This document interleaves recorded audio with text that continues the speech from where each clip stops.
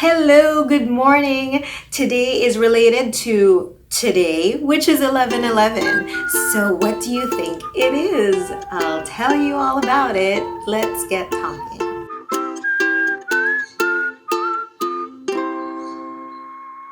Hello everybody! So for those who don't know me, I'm Teacher Kaye and I'm a certified speech-language pathologist. And for my returning subscribers, thank you so much for being back here. This episode will be especially favorable sa mga taong mahilig mag-take advantage ng mga online sale like 11/11, 12/12, kung meron pa nga sigurong 13/13, baka pati yun pinatos nyo na. I'm going to try to make it quick so that if you decide on any of the things that we talk about here, you still have time to add to cart. I'm asked a lot by parents, ano yung mga toys na kailangan kong bilhin for my kids?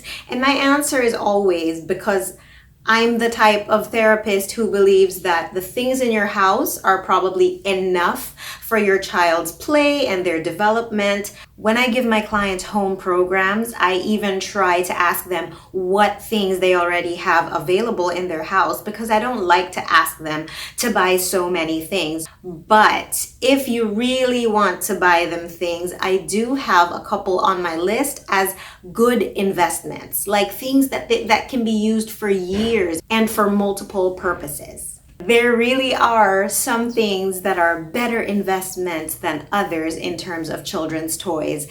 And here is my top list of those toys. For babies, I recommend getting a squeaky toy, something that makes a sound. Alam niyo yung mga pagpinipisa, kunyari, ang madalas nito bola or yung mga animals na iba-ibang shapes na kapag pinipindot nyo gagawa ng quack, quack, ganong sound. And why is this important? It does very well for getting your child's attention. When you're trying to have your child look in a certain direction so that they can practice their tracking, you can use the squeaky toy, ilagay nyo sa iba-ibang parts around their head to see if try nilang i-follow yung sound or hanapin yung sound. I think I mentioned this briefly in an episode about getting your child's attention or practicing joint attention. Another thing that you want your babies to have is something that they can touch and hold and manipulate in their hands.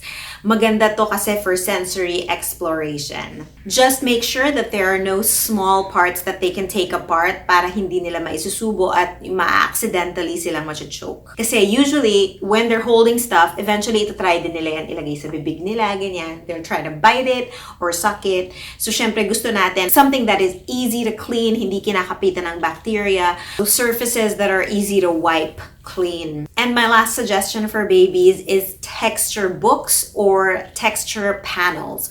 So may mga nabibiling mga libro. Sometimes they're made of cloth that they can flip easier, but inside the cloth, parang hinahaluan nila ng iba-ibang textures. So for example, dun sa cloth gagamitan nila ng velvet. So mag-iipit sila ng ganyan and a picture of a beach, pero merong exposed part kung saan mafe-feel nila na may magaspang. It's really good for introducing different kinds of textures like soft, furry, may mga ganun pa, may mga buhok-buhok, rough, smooth, and then there's some na naglalagay ng plastic sa loob na maingay na kapag na-crumple nila, tutunog, ganyan, may mga ganung sounds. And also para mag-get nila yung feeling of crumpling, so those are really good for babies' development. For toddlers naman who have more that they can do with toys, my number one investment is pretend play toys. Pretend play yung makakapagkunwari sila, kunwari bahay-bahayan. So, a dollhouse siguro na maliit. If you can't afford a dollhouse, kahit yung may mga books na may picture ng bahay, tapos pwede mong gupitan, lagyan ng mga maliliit na mga furniture, ganyan. But what's really good is when they can also see the 3D image para mas madali nilang makukumpara dun sa tunay na mga bagay sa bahay. Favorite ng mga kids ko sa clinic ay yung kitchen toys.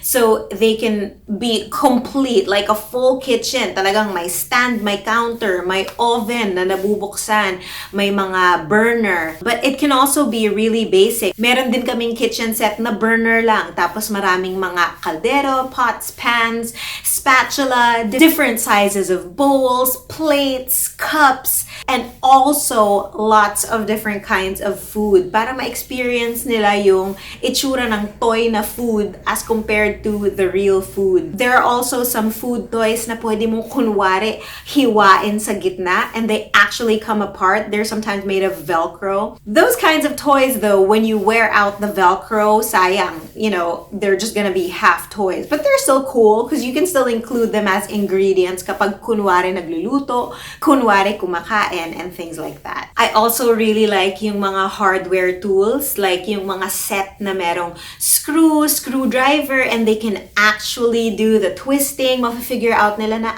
itong shape na to, parang pwedeng pumasok dun sa shape na yon, and then they can explore so many things like pushing, pulling, tapping, twisting. So ang dami-daming things for them to explore. And I think they're such great investments. Usually pa yung mga ganon, very sturdy, mas lalo kapag gawa sa kahoy. These are the types of toys that you can pass to the next generation. Another favorite of mine is different kinds of puzzle toys.